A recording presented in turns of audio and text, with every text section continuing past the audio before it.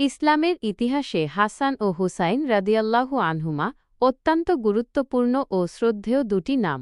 তারা ছিলেন মহানবী হজরত মুহাম্মদ শাহ এর প্রিয় দৌহিত্র এবং তার কন্যা হজরত ফাতিমা রাহ ও জামাতা হজরত আলী রাহ এর সন্তান।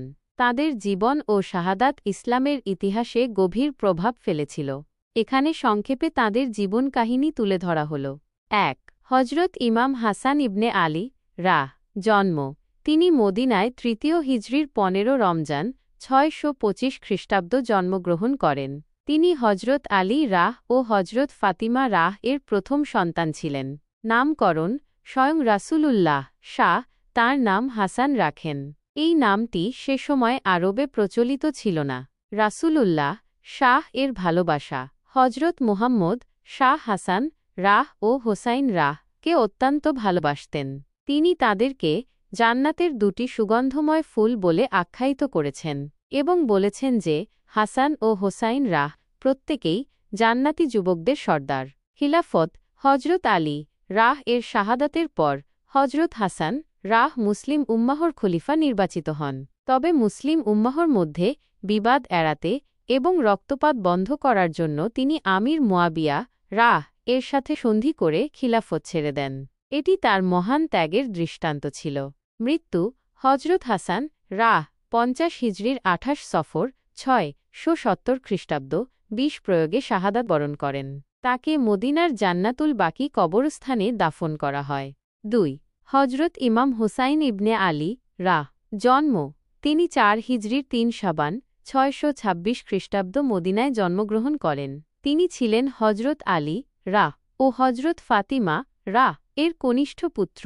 নামকরণ: হজরত মুহাম্মদ শাহ তাঁর নাম হোসাইন রাখেন। রাসূলুল্লাহ শাহ এর ভালোবাসা: ভাই হাসানের মতোই হজরত হোসাইন রাহ রাসূলুল্লাহ শাহ এর অত্যন্ত প্রিয় ছিলেন। রাসূলুল্লাহ শাহ বলেছেন, হোসাইন আমার থেকে এবং আমি হোসাইন থেকে।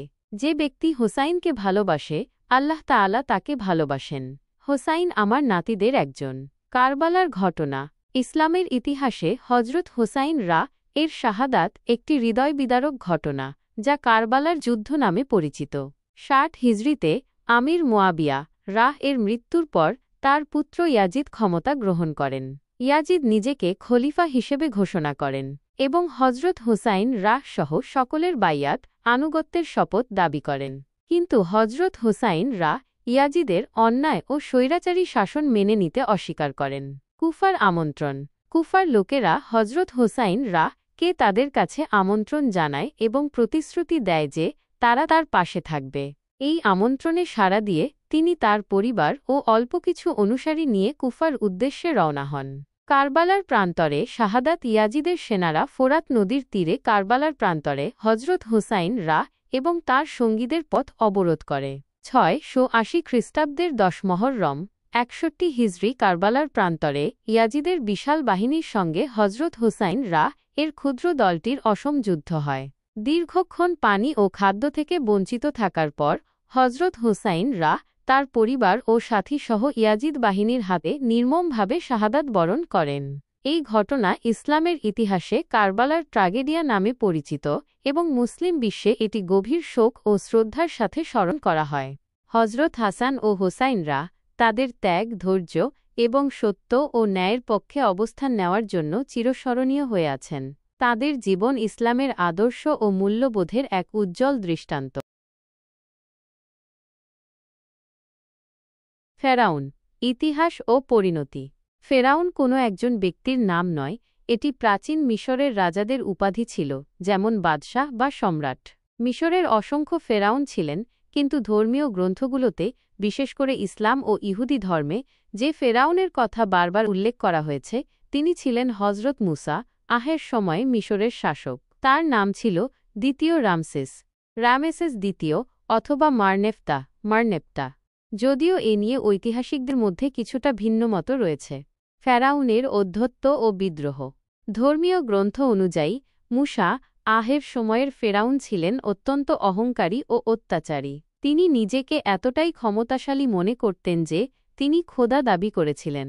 তার নির্দেশে বনী ইসরায়েলীদের হজরত মুসা আহের সম্প্রদায় ওপর চরম নির্যাতন চালানো হতো। তিনি তাদের দাস বানিয়ে রেখেছিলেন এবং তাদের নবজাতক পুত্র সন্তানদের হত্যা করার নির্দেশ দিয়েছিলেন। ফেরাউনের পরিণতি। যখন আল্লাহ তাআলা হযরত মুসা আহকে ফেরাউন ও তার সম্প্রদায়ের কাছে হেদায়েতের বার্তা নিয়ে পাঠান, তখন ফেরাউন তা অস্বীকার করেন এবং মুসা আহকে মিথ্যাবাদী ও জাদুকর আখ্যা দেন।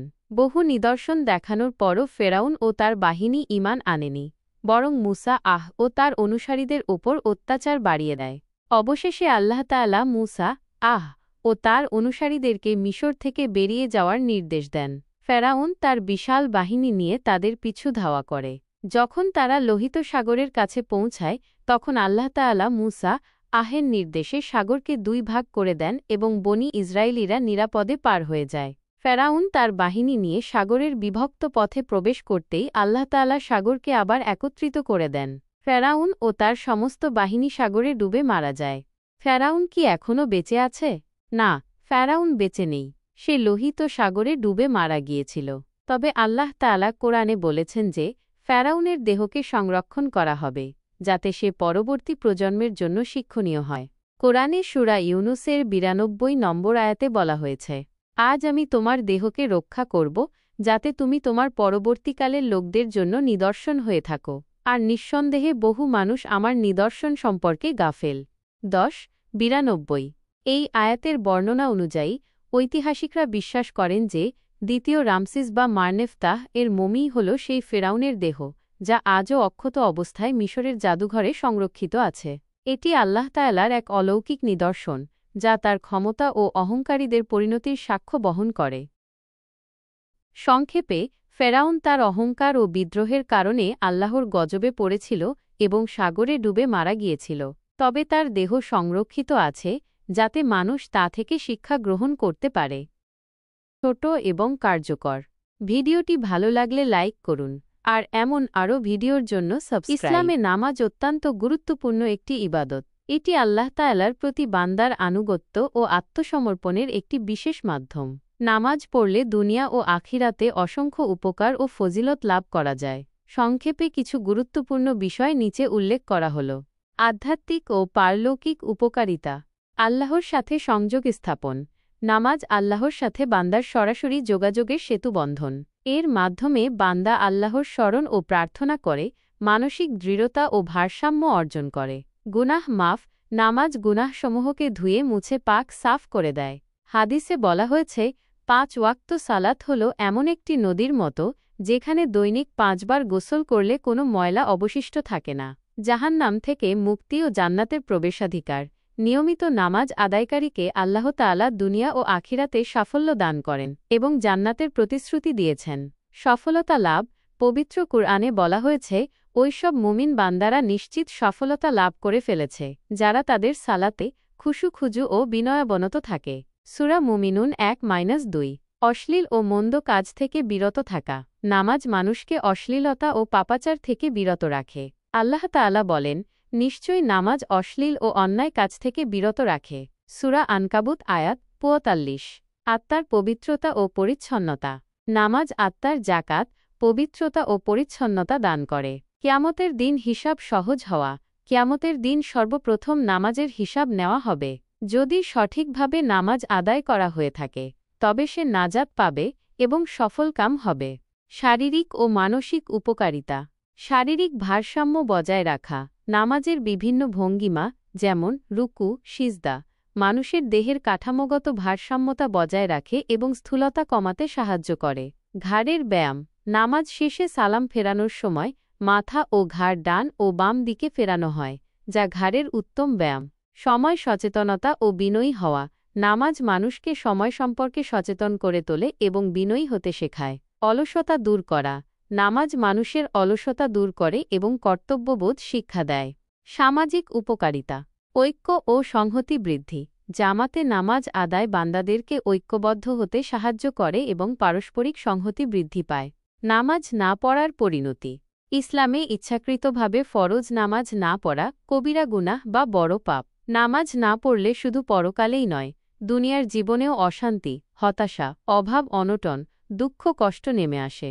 দুনিয়ার জীবনে বেনামাজির জন্য আল্লাহ তাআলা সব কাজের বরকত থেকে বঞ্চিত করেন। সর্বোপরি, নামাজ প্রতিটি মুসলিমের ওপর ফরজ, বাধ্যতামূলক, এবং এটি ইহকালীন ও পরকালীন মুক্তির জন্য অপরিহার্য। এটি আল্লাহর প্রতি গভীর বিশ্বাস, আনুগত্য এবং কৃতজ্ঞতা প্রকাশের একটি মাধ্যম। জমজম কূপ হল মুসলিম বিশ্বের সবচেয়ে পবিত্র ও বরকতময় একটি স্থান, যা মক্কার মসজিদুল হারামের অভ্যন্তরে কাবা শরীফ থেকে প্রায় ২০ মিটার পূর্বে অবস্থিত। এই কূপের পানি মুসলিমদের কাছে অত্যন্ত গুরুত্বপূর্ণ এবং এর সাথে জড়িয়ে আছে হাজার বছরের ইতিহাস ও অলৌকিক ঘটনা। জমজম কূপের সৃষ্টি ও ইতিহাস। ইসলামী বর্ণনা অনুযায়ী জমজম কূপের সৃষ্টি প্রায় ৪,০০০ বছর আগে নবী ইব্রাহিম আয়ের স্ত্রী হাজেরা এবং শিশুপুত্র ইসমাইল আকে মক্কার জনমানবহীন মরুভূমিতে রেখে আসার ঘটনার সাথে জড়িত।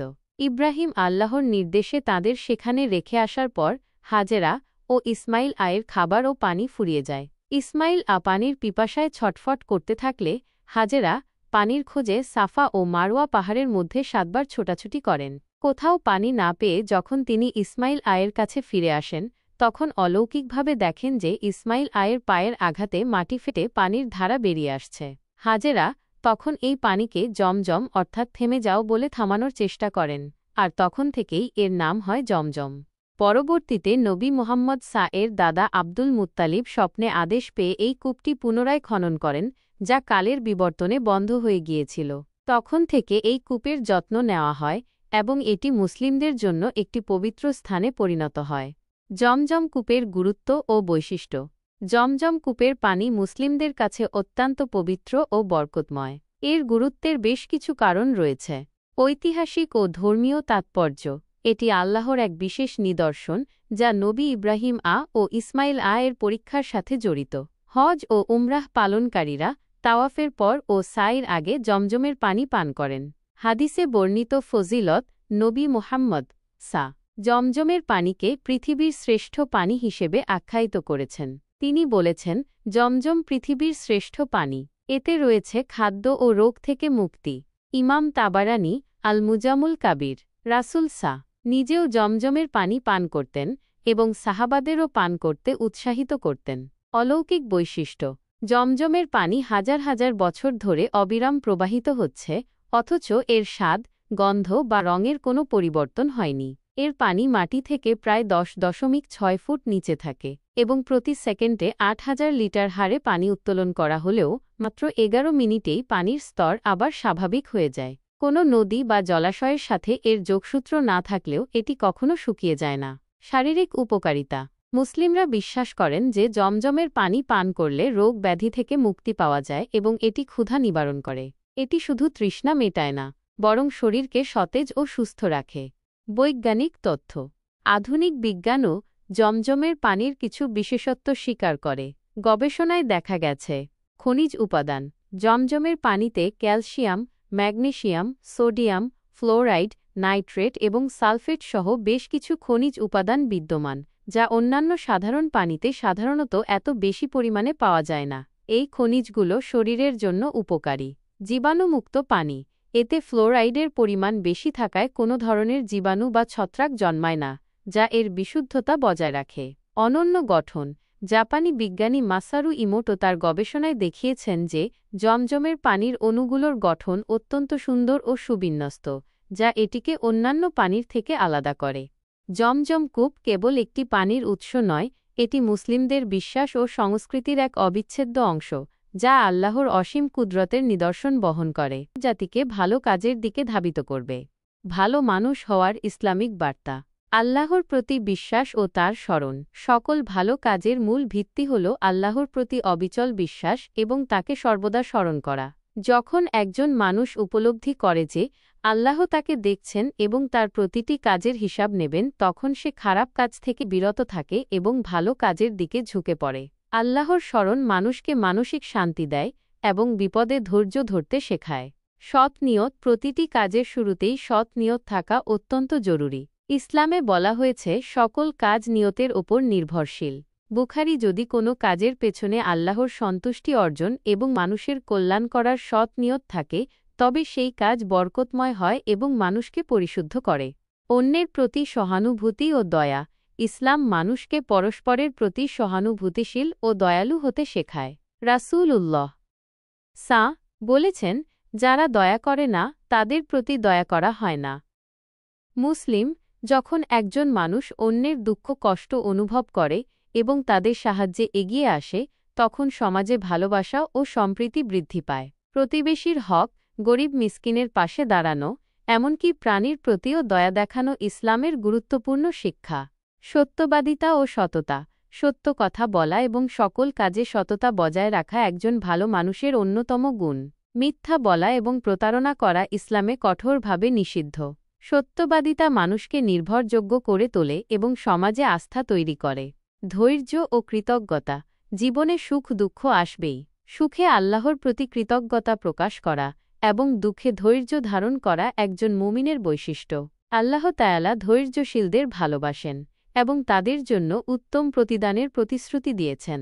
কথা ও কাজের ভারসাম্য, একজন ভালো মানুষ তার কথা ও কাজের মধ্যে ভারসাম্য রাখে। সে যা বলে তা পালন করার চেষ্টা করে। কথা দিয়ে কথা রাখা এবং প্রতিশ্রুতি রক্ষা করা ইসলামের গুরুত্বপূর্ণ দিক। আত্মপর্যালোচনা ও তওবা, মানুষ হিসেবে ভুল হওয়া স্বাভাবিক, কিন্তু একজন ভালো মানুষ তার ভুল স্বীকার করে আত্মপর্যালোচনা করে এবং আল্লাহর কাছে তওবা ক্ষমা প্রার্থনা করে। তওবা মানুষকে পাপ থেকে মুক্ত করে এবং নতুন করে ভালো পথে চলার সুযোগ দেয়। জ্ঞান অন্বেষণ ও আমল, জ্ঞান অর্জন করা এবং সেই জ্ঞান অনুযায়ী আমল করা ইসলামে অত্যন্ত গুরুত্বপূর্ণ। সঠিক জ্ঞান মানুষকে অন্ধকার থেকে আলোর পথে নিয়ে আসে এবং তাকে ভালো মন্দ পার্থক্য করতে শেখায়। এই মৌলিক ইসলামিক শিক্ষাগুলো মানুষকে শুধু একজন ভালো মুসলমান হিসেবেই নয়, বরং একজন ভালো মানুষ হিসেবে গড়ে উঠতে সাহায্য করে। যখন এই বার্তাগুলো মানুষের হৃদয়ে গভীরভাবে প্রবেশ করে, তখন তা তাদের জীবনযাত্রাকে ইতিবাচকভাবে পরিবর্তন করতে পারে। হ্যাঁ, একদিন দুনিয়াটা কেয়ামত হবে, এটা ইসলামের একটি মৌলিক বিশ্বাস। ইসলামে এই মহাপ্রলয়কে কিয়ামত বা মহাপ্রলয় দিবস বলা হয়। এটি এমন একটি দিন যখন সমগ্র সৃষ্টি ধ্বংস হয়ে যাবে এবং তারপর নতুন করে পুনরুত্থান ঘটবে বিচারের জন্য। কিয়ামতের ধারণা ও তাৎপর্য। ইসলামী বিশ্বাস অনুযায়ী দুনিয়ার এই জীবন ক্ষণস্থায়ী। মৃত্যুর পর মানুষের আরেকটি জীবন আছে, যা আখিরাত নামে পরিচিত। কিয়ামত হল এই দুনিয়ার সমাপ্তি এবং আখিরাতের শুরুর দিকের একটি বড় ঘটনা। কিয়ামতের মূল দিকগুলো হল: মহাপ্রলয়, কিয়ামতের প্রথম পর্যায়ে আল্লাহ তাআলার নির্দেশে হজরত ইসরাফিল সিংহায় প্রথম ফুৎকার দেবেন। এর ফলে আসমান ফেটে যাবে, তারকারাজি খসে পড়বে, পাহাড় পর্বত তুলোর মতো উড়তে থাকবে, সমুদ্রগুলো উপচে পড়বে এবং পৃথিবীর সবকিছু ধ্বংস হয়ে যাবে। পৃথিবীর উপরিভাগ একটি সমতল, মসৃণ ময়দানে পরিণত হবে। এই অবস্থাটি কোরআন ও হাদিসে অত্যন্ত ভয়াবহভাবে বর্ণনা করা হয়েছে।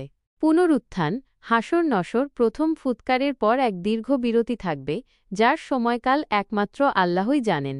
এরপর দ্বিতীয়বার সিংহায় ফুঁ দেওয়া হবে, যার ফলে প্রথম মানব আদম থেকে শুরু করে শেষ মানুষ পর্যন্ত সকলেই জীবিত হয়ে উঠবে। তারা সবাই এক বিশাল ময়দানে সমবেত হবে, যাকে হাসরের ময়দান বলা হয়।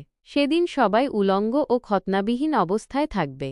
বিচার দিবস, হাসরের ময়দানে আল্লাহ তাআলা বিচারক হিসেবে উপস্থিত থাকবেন।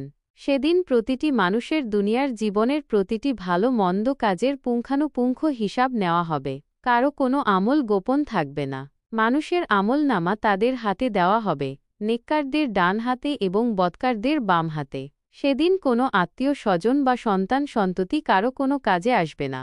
জান্নাত ও জাহান্নাম, বিচারের পর মানুষের কর্মফল অনুযায়ী তাদের চূড়ান্ত গন্তব্য নির্ধারিত হবে। যারা নেককার ও সফল হবে, তাদের জন্য রয়েছে চিরসুখের স্থান জান্নাত, বেহেশত। আর যারা বদকার ও ব্যর্থ হবে, তাদের জন্য রয়েছে চিরস্থায়ী শাস্তির স্থান জাহান্নাম, দোজখ। কিয়ামতের উদ্দেশ্য। কিয়ামত সংঘটিত হওয়ার মূল উদ্দেশ্য হল দুনিয়াতে মানুষের ভালো মন্দ কাজের পরিপূর্ণ প্রতিদান দেওয়া। দুনিয়াতে অনেকে অন্যায় করে পার পেয়ে যায়, আবার অনেকে সৎ কাজ করে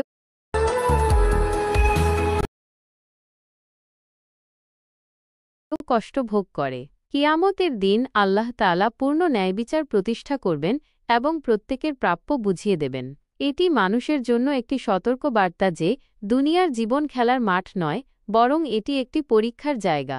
কিয়ামতের সময়। কিয়ামত কখন হবে তা একমাত্র আল্লাহ তাআলাই জানেন। কোনো নবী, রাসূল বা ফেরেশতাকেও এই জ্ঞান দেওয়া হয়নি। তবে রাসূলুল্লাহ শাহ কিয়ামতের আগে সংঘটিত হবে এমন অনেক ছোট ও বড় আলামত নিদর্শন বর্ণনা করেছেন। এর মধ্যে কিছু ছোট আলামত ইতিমধ্যেই প্রকাশ পেয়েছে এবং কিছু বড় আলামত এখনও বাকি আছে, যেমন দাজ্জালের আগমন, ঈসা আহের আগমন, ইয়াজুজ মাজুজের আবির্ভাব, ধোঁয়া, সূর্যের পশ্চিম দিক থেকে উদয় ইত্যাদি। এই বিশ্বাস মানুষকে আল্লাহর প্রতি আরও অনুগত হতে, নেক আমল করতে এবং অন্যায় থেকে বিরত থাকতে উৎসাহিত করে, কারণ প্রতিটি কাজ ও কথার জন্যই আল্লাহর কাছে জবাবদিহি করতে হবে। আপনার এই প্রশ্নটি খুবই গুরুত্বপূর্ণ, কারণ কিয়ামতের বিশ্বাস একজন মুসলমানের ঈমানের একটি অপরিহার্য অংশ। এবং মেয়ের ভালোবাসার সম্পর্কে একজন অন্যজনের সাথে বেইমানি বা বিশ্বাসঘাতকতা করে, তাহলে এর পরিণতি ইসলামে অত্যন্ত গুরুতর হিসেবে বিবেচিত। ইসলামে ওয়াদা ভঙ্গ করা, প্রতারণা করা বা কারও বিশ্বাস নষ্ট করাকে বড় গুনাহ হিসেবে দেখা হয়। বেইমানি বা বিশ্বাসঘাতকতার ইসলামিক পরিণতি। ইসলামে বেইমানি শুধু ভালোবাসার সম্পর্ক নয়, যে কোনো প্রকার চুক্তি, ওয়াদা বা সম্পর্কের ক্ষেত্রেই নিন্দনীয়। এর পরিণতি দুনিয়া এবং আখিরাত উভয় ক্ষেত্রেই প্রতিফলিত হয়। ১. দুনিয়াবী পরিণতি। মানসিক ও আবেগিক ক্ষতি। বেইমানির কারণে যার সাথে বিশ্বাসঘাতকতা করা হয়েছে, তার জীবনে গভীর মানসিক আঘাত, হতাশা এবং অবিশ্বাস তৈরি হয়। এই আঘাত অনেক সময় সারা জীবন বয়ে বেড়াতে হয়। সম্পর্ক ভেঙে যায়, পারস্পরিক আস্থা নষ্ট হয় এবং এটি অন্য মানুষের সাথে ভবিষ্যতে সুস্থ সম্পর্ক গড়তেও বাধা সৃষ্টি করতে পারে। সামাজিক সম্মানহানি। যে ব্যক্তি বেইমানি করে, সমাজে তার বিশ্বাসযোগ্যতা ও সম্মান কমে যায়। মানুষ তাকে অবিশ্বাস করতে শুরু করে এবং তার থেকে দূরে সরে যায়। এতে সামাজিক সম্পর্কগুলো ক্ষতিগ্রস্ত হয়। ব্যক্তিগত শান্তি ও বরকত হারানো। বিশ্বাসঘাতকতা মানুষকে আত্মিক শান্তি থেকে বঞ্চিত করে। এটি একটি হারাম কাজ, যার ফলে ব্যক্তির জীবনে আল্লাহর পক্ষ থেকে বরকত কমে যেতে পারে। আইনি ও পার্থিব সমস্যা। যদি বিবাহ বা চুক্তির আওতায় পড়ে, যদি এই সম্পর্ক বিবাহের আগে বা বিবাহের চুক্তির আওতায় কোনো প্রতারণা বা আইন লঙ্ঘনের সাথে জড়িত থাকে, তবে সেটির জন্য প্রচলিত আইনেও শাস্তির বিধান থাকতে পারে। ২. আখিরাতের পরিণতি। ইসলামে বেইমানি ও প্রতারণার জন্য কঠোর শাস্তির কথা বলা হয়েছে। আল্লাহর অসন্তুষ্টি। আল্লাহ তাআলা প্রতারক ও বিশ্বাসঘাতকদের পছন্দ করেন না। পবিত্র কোরআনে আল্লাহ বলেন, নিশ্চয় আল্লাহ কোনো বিশ্বাসঘাতক, অকৃতজ্ঞকে পছন্দ করেন না। সূরা হজ ২২। যে আল্লাহর অপছন্দনীয় হয়, তার জন্য আখিরাতে কঠিন হিসাব ও শাস্তি অপেক্ষা করে। মুনাফিকের আলামত।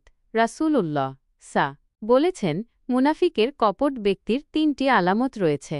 যখন সে কথা বলে, মিথ্যা বলে, যখন ওয়াদা করে ভঙ্গ করে, আর যখন তার কাছে আমানত রাখা হয়, তখন তা খিয়ানত করে। বুখারী মুসলিম। বেইমানি বা বিশ্বাসঘাতকতা এই মুনাফিকের একটি বড় আলামত। মুনাফিকদের জন্য জাহান্নামের সর্বনিম্ন স্তরে কঠিন শাস্তির কথা উল্লেখ আছে। হাসরের ময়দানে লাঞ্ছনা। কিয়ামতের দিন প্রতারক ও বিশ্বাসঘাতকদের লাঞ্ছিত করার জন্য তাদের পিছনে বেইমানির পতাকা উড়িয়ে দেওয়া হবে, যাতে হাসরের ময়দানে সবাই তাদের চিনতে পারে। এটি তাদের জন্য চরম অপমান ও লাঞ্ছনার কারণ হবে। ক্ষমা না পাওয়া। যদি তওবা না করে, যদি কোনো ব্যক্তি অন্য মানুষের সাথে বেইমানি করে, তবে কেবল আল্লাহর কাছে তওবা করলেই হবে না। তাকে অবশ্যই যার সাথে বেইমানি করা হয়েছে, তার কাছে ক্ষমা চাইতে হবে এবং তার ক্ষতিপূরণ দিতে হবে যদি কোনো ক্ষতি করে থাকে। যদি ক্ষতিগ্রস্ত ব্যক্তি ক্ষমা না করে, তবে কিয়ামতের দিন আল্লাহ তাআলা তাদের মধ্যে বিচার করবেন। করণীয়। যদি কোনো ব্যক্তি ভালোবাসার সম্পর্কে বেইমানি করে থাকে, তবে তার উচিত আন্তরিকভাবে তওবা করা, আল্লাহর কাছে নিজের গুনাহের জন্য অনুতপ্ত হয়ে আন্তরিকভাবে ক্ষমা চাওয়া, ক্ষতিগ্রস্ত ব্যক্তির কাছে ক্ষমা চাওয়া, যার সাথে বেইমানি করা হয়েছে তার কাছে সরাসরি ক্ষমা চাওয়া এবং সম্ভব হলে তার ক্ষতিপূরণ করা। ভবিষ্যতে এমন কাজ থেকে বিরত থাকা, নিজেকে সংশোধন করা এবং ভবিষ্যতে কোনো ধরনের প্রতারণা বা ওয়াদা ভঙ্গ করা থেকে সম্পূর্ণরূপে বিরত থাকা। ইসলাম সব সম্পর্ককে সত্যতা, সততা এবং বিশ্বাসের উপর ভিত্তি করে গড়ে তুলতে উৎসাহিত করে। বেইমানি এই মূলনীতিগুলোর পরিপন্থী এবং এর পরিণতি উভয় জগতেই নেতিবাচক। বাবার সাথে অহংকার করার পরিণতি। ইসলামী দৃষ্টিকোণ। ইসলামে মা বাবার স্থান অত্যন্ত উঁচুতে। আল্লাহ তাআলা তাদের প্রতি সদ্ব্যবহার করার নির্দেশ দিয়েছেন এবং তাদের সাথে অহংকার বা দুর্ব্যবহারকে কঠোরভাবে নিষেধ করেছেন। ১. দুনিয়াবী পরিণতি। আল্লাহর অসন্তুষ্টি ও বরকত হ্রাস। মা বাবার সাথে অহংকার করা বা তাঁদের অবাধ্য হওয়া আল্লাহর সরাসরি অবাধ্যতা। এর ফলে ব্যক্তির জীবন থেকে বরকত উঠে যায়, কাজে বাধা আসে এবং মানসিক শান্তি বিনষ্ট হয়। রিজিক, জীবিকা ও সুখ শান্তি কমে যেতে পারে। দুঃখ, কষ্ট ও সমস্যা বৃদ্ধি। যারা মা বাবার সাথে খারাপ আচরণ করে তাদের জীবনে প্রায়শই বিভিন্ন ধরনের দুঃখ, কষ্ট ও সমস্যার সম্মুখীন হতে হয়। আল্লাহ তাআলা এমন ব্যক্তির জন্য দুনিয়াতেই শাস্তির ব্যবস্থা করতে পারেন। সামাজিক লাঞ্ছনা ও ঘৃণা। সমাজে যারা মা বাবার প্রতি অহংকার করে তাদের কেউ পছন্দ করে না। তারা মানুষের কাছে নিন্দিত হয় এবং তাদের প্রতি ঘৃণা জন্মায়। তাদের সামাজিক সম্মান ও মর্যাদা থাকে না। নিজেদের সন্তানদের কাছ থেকে একই রকম আচরণ। একটি সাধারণ প্রবণতা হল, যারা নিজেরা মা বাবার সাথে খারাপ আচরণ করে তাদের নিজেদের সন্তানরাও ভবিষ্যতে তাদের সাথে অনুরূপ আচরণ করে থাকে। এটি একটি প্রাকৃতিক কর্মফল যা দুনিয়াতেই দেখা যায়। দুনিয়াতেই শাস্তি। হাদিসে বর্ণিত আছে যে পিতা মাতার অবাধ্য, আল্লাহ তার ওপর দুনিয়াতে শাস্তি ত্বরান্বিত করেন এবং আখিরাতে তাকে কঠিন শাস্তি দেন। সিলসিলা সহিহা। ২. আখিরাতের পরিণতি। জাহান্নামের কঠিন শাস্তি। মা বাবার অবাধ্যতা ইসলামে একটি কবিরা গুনাহ, বড় পাপ। যারা এই পাপ করে এবং তওবা করে না তাদের জন্য আখিরাতে জাহান্নামের কঠিন শাস্তি অপেক্ষা করছে। আল্লাহর রহমত থেকে বঞ্চিত। আল্লাহ তাআলা কোরআনে বহু আয়াতে মা বাবার প্রতি সদ্ব্যবহারের নির্দেশ দিয়েছেন। তাদের সাথে অহংকারকারী ব্যক্তি আল্লাহর রহমত থেকে বঞ্চিত হয়, জান্নাত থেকে বঞ্চিত। রাসূলুল্লাহ বলেছেন, ৩ ব্যক্তি জান্নাতে প্রবেশ করবে না। পিতা মাতার অবাধ্য সন্তান, দায়ুস, যে তার পরিবারে অন্যায় দেখেও চুপ থাকে, এবং পুরুষের বেশধারী নারী। নাসাই আহমদ। অর্থাৎ পিতা মাতার অবাধ্যতা জান্নাতে প্রবেশে বাধা হয়ে দাঁড়াবে। আল্লাহর সম্মুখীন হতে হবে কঠিন অবস্থায়। কিয়ামতের দিন আল্লাহ তাআলার সামনে যখন জবাবদিহি করতে হবে তখন মা বাবার প্রতি অহংকারের কারণে ব্যক্তি চরম কঠিন অবস্থায় পড়বে। সেদিন তাদের কোনো সাহায্যকারী থাকবে না। ইসলামের নির্দেশনা। ইসলামে মা বাবার প্রতি অত্যন্ত বিনয়ী, শ্রদ্ধাশীল এবং সেবাপরায়ণ হওয়ার নির্দেশ দেওয়া হয়েছে। কোরআনে আল্লাহ বলেন, আর তোমার প্রতিপালক নির্দেশ দিয়েছেন যে তোমরা তাকে ছাড়া অন্য কারো ইবাদত করবে না এবং পিতা মাতার প্রতি সদ্ব্যবহার করবে।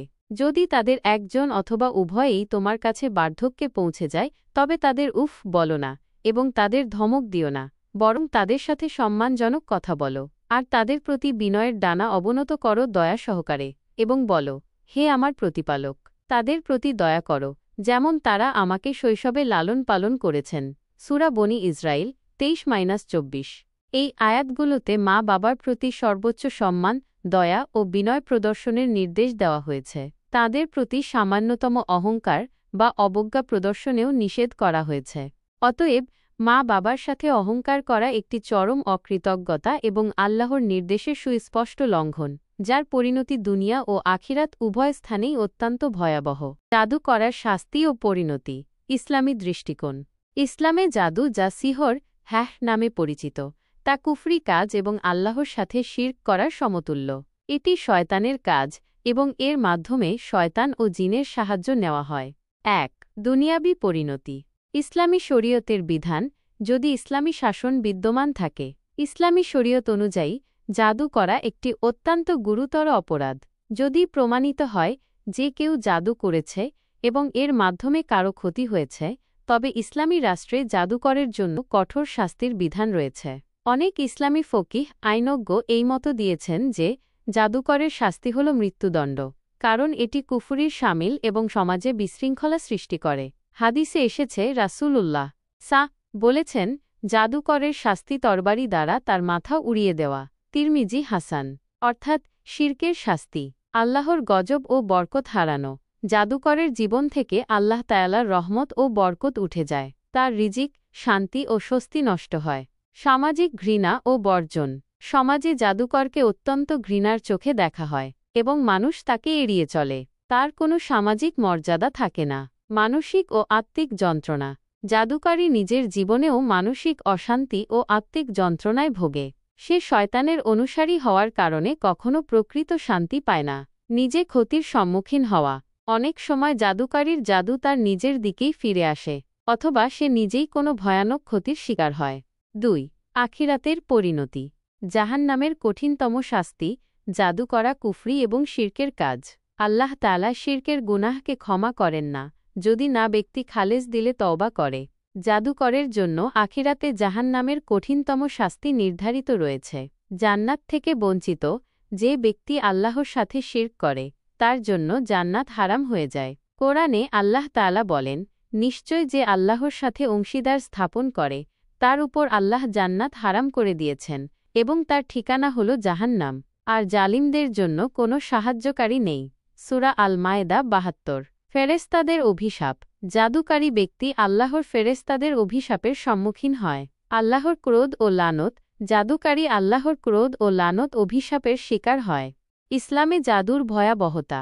কোরআনে আল্লাহ তাআলা সুলাইমান আহের প্রসঙ্গে বলেছেন যে শয়তানরাই মানুষকে জাদু শিক্ষা দিত এবং যারা জাদু শেখে আখিরাতে তাদের কোনো অংশ নেই।